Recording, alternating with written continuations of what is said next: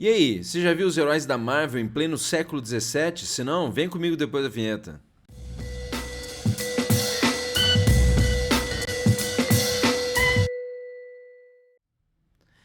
É isso aí, sou louca, seu louco, aqui é o Prof. Elvis do História em Casa nessa lidinha do saber, porque você lembra que hoje a gente vai de quadrinhos aí, mas antes de continuar, é claro, já dá um like no vídeo, se você não deu like no vídeo ainda, se não é inscrito, se inscreva no canal, ativa o sininho também, segue a gente lá no Instagram e no Facebook do Prof. Elvis História em Casa, além de ouvir o nosso podcast no Spotify, não esquece, hein? Não esquece também de compartilhar o canal com a galera e deixar o seu comentário aí ao final do vídeo. E se liga que hoje a gente vai com esses quadrinhos aqui, Marvel 1602 de Neil Gaiman. Lembrando que sim, ele faz parte da biblioteca, gibiteca, sei lá como você quiser chamar, né, do Prof. Elvis História em Casa aqui. Essa edição que eu estou apresentando para vocês, como tá ali da Panini Books, pelo autor best-seller do New York Times, Neil Gaiman, com, né, os desenhos de Andy Kubert e também Richard Isanove, que eu acho que é fazendo aí no caso,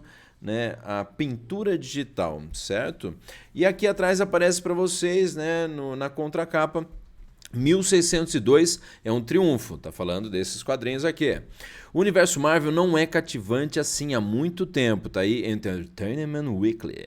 Em Marvel 1602, o premiado escritor Neil Gaiman apresenta uma visão única do universo Marvel, ambientada há 400 anos no passado. Acho que esses quadrinhos devem ser de 2002, será? Vamos ver aqui, que eu não lembro a época aqui dele, mas...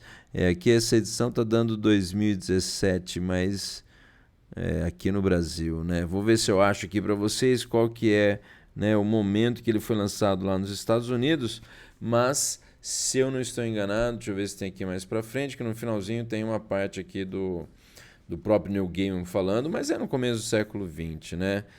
Acho que é de 2002, porque tem uma carta do Neil Gaiman aqui de 2004, então deve ser, né? Bom, mas 400 anos no passado, ícones clássicos como os X-Men, Homem-Aranha, Quarteto Fantástico e Demolidor aparecem nesse intrigante mundo de ciência e feitiçaria do século XVII, 1602 aí.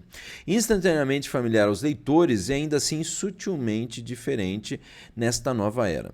Marvel 1602 combina a classificação e aventura Marvel com uma historicamente acurada ambientação no reinado da rainha inglesa Elizabeth I para criar uma série singular, diferente de qualquer outra já publicada pela Casa das Ideias, que é como é chamada também a Marvel. Daí vencedora do Quill Award de 2005, essa contracapa que eu acho que também é uma capa aí, né, que aparece lá dentro do 1602, essas várias capas alternativas aí que aparecem.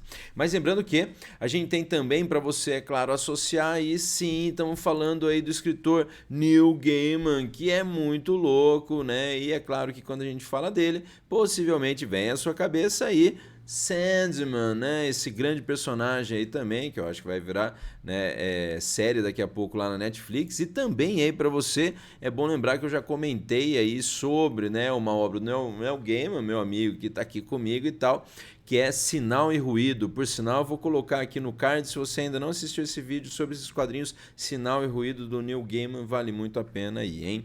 Mas continuando então, lembra que o Neil Gaiman, famoso aí pelo Sandman, de repente então, né, foi aí envolvido num trabalho aí com a Marvel, e aí vem aquela coisa, nossa, mas Neil Gaiman vai fazer aí, né, uma série de heróis, um negócio assim, o que vai ser? E aí ele aparece com esse 1602, que basicamente é essa ideia de colocar os heróis da Marvel em pleno, né, século XVII. Também aí é muito interessante as referências que envolvem, né, o contexto aí das colônias inglesas no Novo Mundo, na América. Então tem essa ideia de que é o início aí da colonização inglesa na América, né, na América do Norte, e que consequentemente os personagens então da Marvel são transportados para lá. Transportados não, né? Se você ler os quadrinhos, você vai ver que, na verdade, é essa ideia de uma releitura mesmo, né, no período. Mas é muito interessante porque ele tem uma série de referências históricas, como já foi falado ali na sinopse. O caso também é aí da Elizabeth I, que, por sinal, é conhecida lá como a Rainha Virgem e até uma das primeiras regiões aí habitadas, né, colonizadas pelos ingleses na América do Norte, conhecida também como Virgínia, em homenagem a ela. Mas é bom lembrar aí também de que essa cena, né, que aparece para vocês aqui como a capa, né, da capa dura, que também é a capa dessa aqui que nós estamos vendo, ela faz uma referência também histórica muito interessante. Tá aqui para vocês alguns personagens como Peter Parker, aqui o Red Richards, né, que é o Doutor Fantástico, então o Senhor Fantástico, né? Agora não lembro e tal. Mas você tem lá também um pouco mais para frente. Vou aumentar aqui para ver se você acompanha comigo, mas tá aqui o Doutor Estranho, o Charles Xavier, o Xavier. Se você sabe quem que tá com a coisa tapada como se fosse Justiça, o Demolidor. Aqui eu já vou falar o personagem que é a Virginia Dare. Ali em cima um índio que seria o Rojas, que seria o Steve Rogers, o Capitão América. Aqui o Nicholas Fury, né? O Nick Fury, o espião lá da SHIELD. E ali um personagem que basicamente você tem que ver, mas é associado a Jean Grey e que também é essa referência aí, né, de ser um personagem ambíguo em termos de gênero, como também as referências ao teatro aí, né, shakespeariano, com às vezes uma personagem, né, feminina, na verdade travestida de um personagem masculino. Bom, mas fica aí para você dar uma olhada nessa pintura aí, nesse desenho, que remete justamente, como falei, a um episódio histórico aí, por conta de também ser o período, né?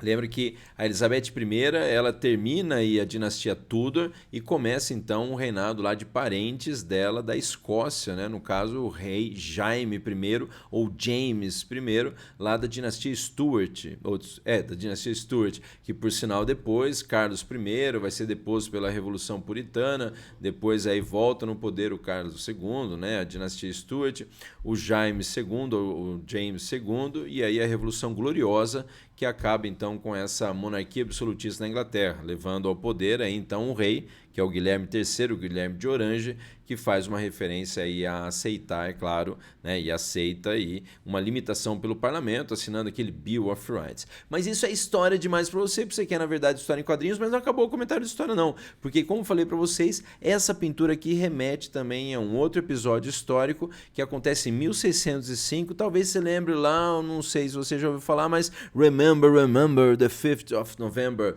de 1605, e tá ali para vocês a figura do Guy Fawkes, um dos conspiradores aí da chamada Conspiração da Pólvora contra o rei Jaime I, James I, então aí nesse contexto, né, da dinastia Stuart subindo ao poder e ainda conflitos também entre católicos, né, e anglicanos lá na Inglaterra. Por sinal, se você lembra também do Guy Fawkes, a outra referência é a máscara aí que o V, né, de vingança, V for Vendetta lá de Alan Moore, se você já leu quadrinhos ou assistiu aí ao filme, sabe então que faz essa referência não só dele ficar falando lá do poema Remember the 5th of November, né, que é quando aconteceu a conspiração da pólvora, mas também aí essa referência então, né, da revolução, da conspiração, e como no caso aqui, né, a figura então dos heróis como traidores, então essa referência a essa pintura. Então vale a pena para você de repente, porque às vezes a gente vê uma imagem ali dos quadrinhos, né, e acha que não tem nada a ver, e tem. E como você viu também,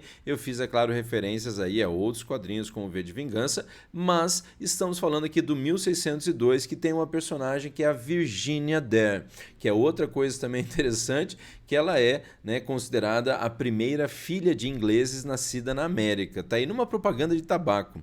Só que na verdade você tem essa questão aí de que também envolve um mistério, que Virginia Dare é uma das moradoras da colônia de Roanoke, uma colônia em que os colonos basicamente sumiram no mapa, desapareceram, e fica aí até hoje o mistério dessa que foi a chamada Colônia Perdida, aí a região então hoje lá da Carolina do Norte, e onde então aconteceu aí o surgimento dessa primeira, né, o nascimento de uma primeira criança inglesa em terras americanas, que foi essa Virginia Dare, que na história em quadrinhos aí tem um papel muito relevante na trama, e como você vê, com várias aí, né, capas alternativas, se você está vendo aquele labirinto ali, temos também a nossa amiga aqui, Elizabeth I, que está aparecendo para vocês. A gente vai ver depois um quadrinho muito louco lá do Doutor Estranho. Ali você está vendo o Demolidor tacando uma flecha, ele que é cego, se você lembra, né? Mas muitas referências interessantes também históricas nesses quadrinhos e vale a pena você conhecer. E essas outras, né, personalidades que vão aparecendo, aqui está mostrando não só, né, o Coisa lá, também, né, Tocha Humana também, porque tem o Quarteto Fantástico e é muito legal a referência que eles fazem do Quarteto Fantástico, para quem conhece a origem deles lá, que são exploradores espaciais, aqui associar com exploradores do Novo Mundo. É bem interessante assim, porque tem uma pegada histórica bem forte mesmo, vale a pena para vocês, se você gosta de história e de história em quadrinhos, é uma referência legal.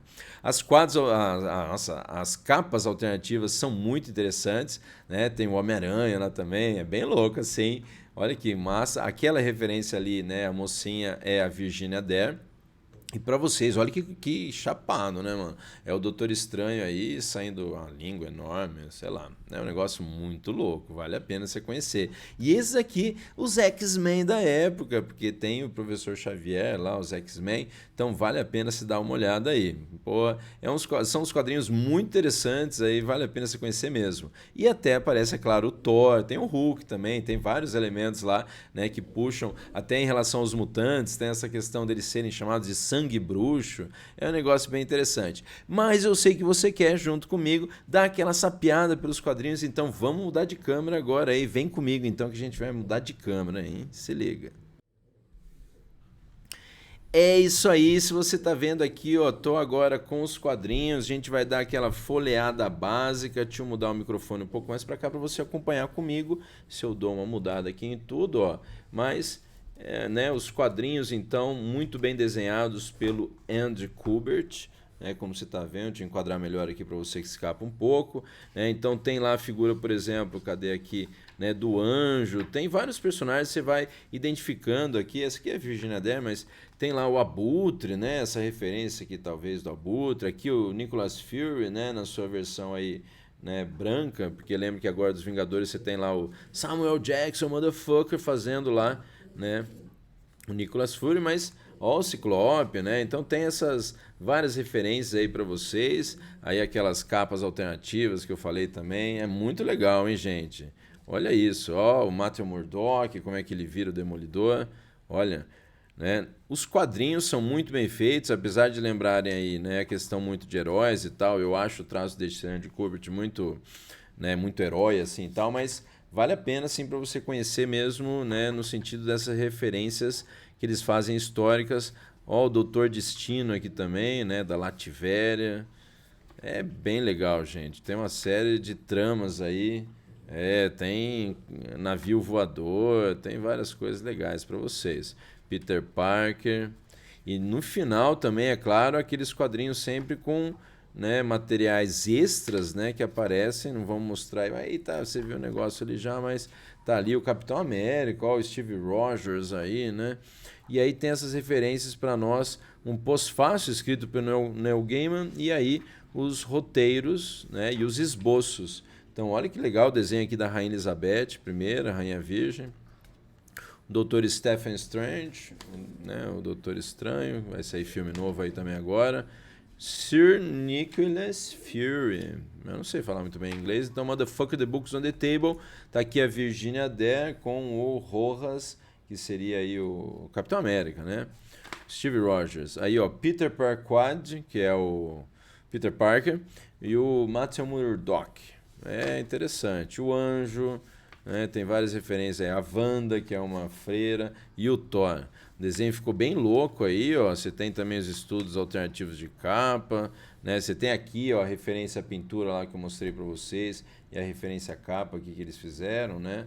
Então, bem interessante. É uma edição assim muito legal essa edição aqui. Vou deixar aqui, ó, a referência do Neil Gaiman, né?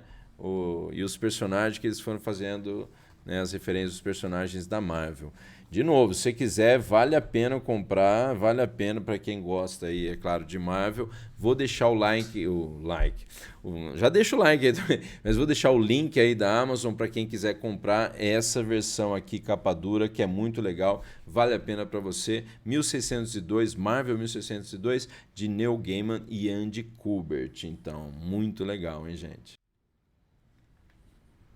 Mas é isso aí, espero que você tenha gostado dessa dica de quadrinhos com o Prof. Elvis História em Casa. E se você ainda não deu o like no vídeo, por favor, dá o like no vídeo, já se inscreva no canal se não é inscrito, ativa o sininho também, segue a gente lá no Instagram, no Facebook e também, né, do Prof. Elvis História em Casa, e também escuta o nosso podcast no Spotify. Não esquece, hein? Até a próxima dica de quadrinhos com o Prof. Elvis História em Casa. Até mais, valeu!